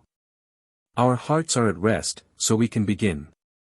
The man who claimed to be a believer of the sun didn't drone on. He took out a badge with the symbol of the sun on it and placed it on the round table in the center. Then, he used a dualistic ritual method to light up 2 candles. After finishing the preparatory steps one step at a time, he chanted with a loud and abnormally pious tone. The sun that is eternal, you are an inextinguishable light. You are the embodiment of order, I pray to you, please bestow me with your cleansing glow. Please repel the evil spirits in this body. Amid the echoing Hermes incantation, Zio and Furz saw bright light burst out from the sun's emblem, bursting in a pure and warm manner. It was endless, like the tide, as the light surged towards the 2 of them, engulfing them simultaneously. Nearly a minute later, everything was restored to normal. All Zio and Furz felt was warmth, finding the warmth very comfortable and relieving. It was like soaking in a hot spring, or having gone sunbathing. Sherwood Borough. Rice Police Station. Klein was sitting on a low bench with a group of thieves and drunkards. It looked very disgraceful. Suddenly, he felt warmth on the back of his hand as the coldness of the Backlund night was dispelled quite significantly. Lowering his head, Klein realized that the 4 black dots representing the mysterious space above the gray fog didn't appear. Who's being so kind? To know that I was feeling a little cold just now, he mumbled half jokingly and half curious. As a former inspector, he looked at the thief on the left who was handcuffed to the pipe, then at the drunkard on the right who could vomit at any moment but kept yelling about hitting people. He sighed at his present predicament and wasn't sure when he would be free from this. There should be another test after this and then I'll be fine once I pass it. I hope the police will have their attention on the ambassador and this Manger gang, and ignore my origins as a puny detective. In theory, there's a high chance for that. As long as Mrs. Sammer, Mr. Jürgen, and the others don't say anything of interest to the police. Yes, they have only just met me, so it's impossible for them to know too much. Massault's beyonder characteristic was taken away by me and was hidden above the gray fog. He didn't leave behind anything strange, so no one would able to discover that he used to be a beyonder and have questions about my strength. More than an hour has passed. In his self-encouragement, Klein saw the officer with the short brownish-yellow beard walking towards him. Sherlock Moriarty, come with me to the interrogation room, the sergeant said without further explanation. Here it comes. Klein stood up and followed. After going around a corner, the sergeant stopped in front of an iron door and gestured for Klein to enter. Klein took a deep breath before exhaling. He yanked the handle and opened the door. It was a small room with thick walls and a small table in the middle. There were chairs on both sides of the table. Under the elegant gas lamp's illumination, Klein identified the interrogator as a man who wore a black shirt, a rather uncommon sight. He didn't wear a vest but wore a black coat that wasn't part of the usual formal attire. He had thin eyebrows and cold blue eyes. His face was cut, looking rigid while lacking any gentleness. The man pointed the chair opposite him and said in a deep voice, I ask, you answer. Before he finished his sentence, Klein felt an unimaginable suppressive force on him. He felt that an electric current was tearing through his mind that lashed at his soul with a barbed whip. This feeling was painful and numbing, as though it stemmed from deep within the brain. It was barely resistible, and all he could do was tremble and have his knees buckle. Klein nearly fell to the ground as he hurriedly held onto the table and sat down. His temples felt a throbbing pain. This is the result of beyonder powers. Ordinary people might have thought of it as a psychological problem caused by nervousness and the authority of the interrogator opposite them, but Klein had clearly identified that this was a result of beyonder powers, powers that could directly attack the mind of others. He quickly recalled the information he had seen before and quickly confirmed the target of his suspicion. Arbiter Pathway, Sequence 7, Interrogator. Has the matter been transferred to a special department of the military? Klein thought with some relief. As long as it isn't the Nighthawks, everything's fine. Identify the ambassador who met Massault from these photographs. The cold and unyielding man in black spread out 8 black and white photos on the small table. Klein felt as if the electric whip in his mind was being lifted high, and the warning of extreme pain made it so he didn't dare to lie. Of course, there was no need for Klein to lie. After a moment of identification, he pushed a photo in the direction of the interrogator. It was a middle-aged gentleman who wore ostentatious clothing and looked rather charming. The interrogator glanced at it, but didn't make any response. He once again asked, "Were your previous statements the truth?" Klein felt like he was being forced into a dream. He kept his mind clear and rational, and he didn't yield to the whip in his mind as he sincerely replied, "Nothing but the truth." The interrogator leaned forward with his hands on the small table and said, "When was the last time you met Ian Wright?" Yesterday morning," Klein said with great difficulty. "I tailed Massault and found the body of Detective Zriel. As I didn't want to deal with the police, I took Ian to identify the body and told him to call the police." Zriel's body was located at the sewer entrance at the bottom of Iron Carbon Street in East Borough. After a brief silence, the interrogator finally nodded his head. Klein immediately felt the enormous pressure disappear along with the whip in his mind. "You may leave now," he said without a trace of emotion in his voice. Klein stood up and opened the door, not masking the frailty in his gait. He found it more tiring than fighting Massault. If he made the slightest mistake, his spirit would have been completely crushed, and he would obediently answer any question that the other party asked. "No, if it wasn't for the fact that my spirit is special and how it's been subjected to the test of raving and screaming for a long period of time, allowing me to maintain my calm and rationality under certain circumstances, I would have most likely had a mental breakdown just now." Klein walked back down the corridor, his back feeling cold. At this moment, the sergeant from before came over and said, "Come with me to fill out some forms. Lawyer Jürgen is waiting to bail you out." Phew. Klein secretly exhaled and completely relaxed. He knew that the danger was over.